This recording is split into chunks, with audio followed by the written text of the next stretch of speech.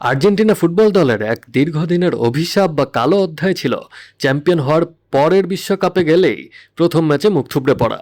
কিন্তু কানসাস সিটিতে এবারের বিশ্বকাপের নিজেদের প্রথম ম্যাচে আলজেরিয়াকে ৩-০ গোলে বিধ্বস্ত করে সেই পুরনো বিব্রতকর ইতিহাস বদলে দিয়েছে লিওনেল স্ক্যালোনির দল। এর আগে আর্জেন্টিনা যতবারই বিশ্ব চ্যাম্পিয়ন হিসেবে পরের আসরে পা রেখেছে, ততবারই প্রথম ম্যাচে অঘটনের শিকার হয়েছে। ১৯৭৮ সালে ঘরের মাঠে প্রথম বিশ্বকাপ জিতে আলবিসেলেস্তারা। ৪ বছর পর শিরোপা ধরে রাখার মিশনে যায় আর্জেন্টিনা। কিন্তু ১৯৮২ আসরের উদ্বোধনী ম্যাচেই বেলজিয়ামের কাছে ১-০ গোলে হেরে বসেছিল আর্জেন্টিনা। ১৯৮৬ সালে ডিয়েগো ম্যারাডোনার হাত ধরে বিশ্বকাপ শিরোপা জেতে আর্জেন্টিনা। আর ১৯৯০ আসরের প্রথম ম্যাচে ক্যামেরুনের কাছে ১-০ গোলে হেরে ফুটবল বিশ্বকে স্তব্ধ করে দিয়েছিল আলবিসেলেস্তারা। এমনকি গত ২০২২ সালে কাতার বিশ্বকাপে চ্যাম্পিয়ন হওয়ার যাত্রাতেও প্রথম ম্যাচে সৌদি আরবের কাছে ২-১ গোলে হেরে খাদের কিনারায় চলে গিয়েছিল আর্জেন্টিনা।